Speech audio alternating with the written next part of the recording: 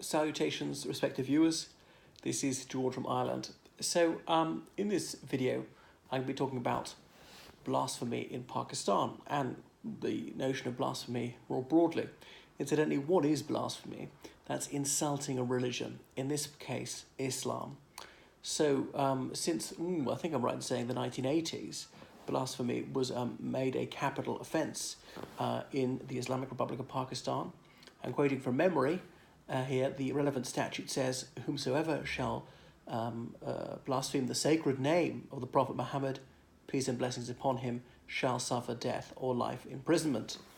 And that's part of the Hudud ordinances signed into law by the Chief Martial Law Administrator of Pakistan, General Muhammad Zia-ul-Haq, of unhappy and inglorious memory. But there we are. So there have been blasphemy laws in many countries. Most Christian countries used to have them. Now, I think I'm right in saying that the Republic of Ireland was the last country to abolish its blasphemy law, and that was only last week when we voted it out in a plebiscite. So I think that was a really step forward for us. Admitted that there have been no prosecutions of blasphemy in the Republic of Ireland since 1855. That's long before we were a republic. And actually, the most recent law didn't just protect Christianity, it was any faith. It was grossly insulting to a majority of believers. Then there was some minor punishment, but it's death in Pakistan. So how is it used? Well, anybody could be accused of this. We're taken extraordinarily seriously. Now, I don't understand the Pakistani legal system.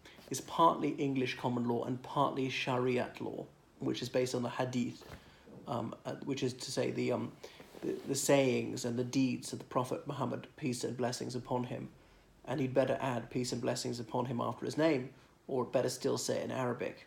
Don't quite know how to say it. So the thing is, there's a non-Muslim minority in Pakistan, up to 5% of the population.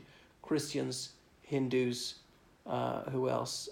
Sikhs, very, very few Parsis, and indeed Ahmadis. Ahmadis are schismatics of Islam, but they're not allowed to call themselves Muslims because they accept another guy as another prophet in the 19th century.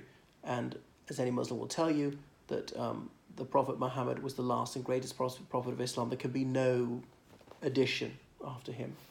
So any non-Muslim could be accused of this, or indeed a Muslim could be accused of this, and they're in big trouble. I said they could face the noose.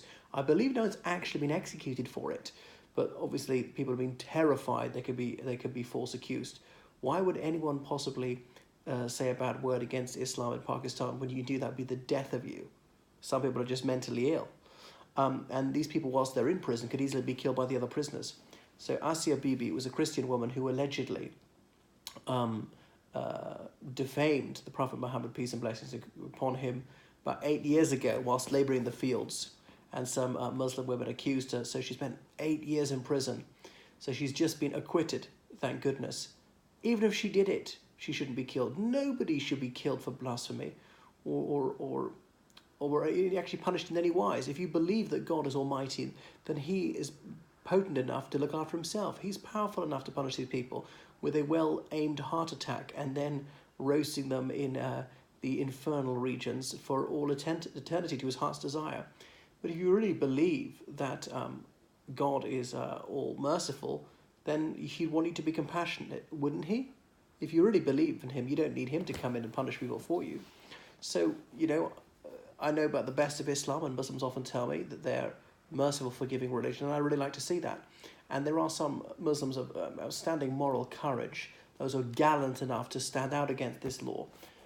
Politicians like Taseer in Lahore, who paid with his life for saying this law ought to be repealed. Or Bhatti, likewise, about 8 years ago, was also murdered for this. Now, the Prime Minister of Pakistan, Imran Khan, he's got a fairly positive image in Western countries, and not just because of his cricketing when he's captain of Pakistan back in the 90s, but also, his charity work and so on. But it's often overlooked that this Cambridge graduate is an advocate of the death penalty for insulting the Islamic faith. What about freedom of expression, and what about the right to change your religion? People change their religion from Hinduism and so on to Islam, but you're not allowed to do it the other way. Surely people should have the right to change however they want. And if they're wrong, then obviously God could sort it out later. Come on, it must be a two-way street in the marketplace of ideas. So I've known Pakistani Christians are obviously very frightened, worried things can happen to them. They move abroad if they possibly can. There've been attacks on churches and lots of them have been killed. Now, admittedly, Sunnis and Shias in Pakistan sometimes kill each other. I'm absolutely not suggesting that most Sunnis are anti-Shia or vice versa in Pakistan, but some definitely are, like the Taliban.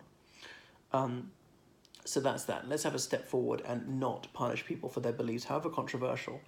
Just think every religion is kind of blasphemy against the others, especially when they claim to be the exclusive truth, because you're thereby offending the others and saying that the others must be bogus.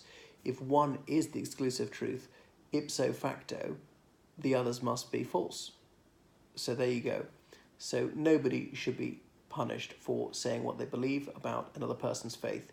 And, you know, if you're a person of faith, you should show forbearance, you should be compassionate, you should be non-violent, you should prove your real faith by believing that God, who's wiser than you, will punish this person in the long run.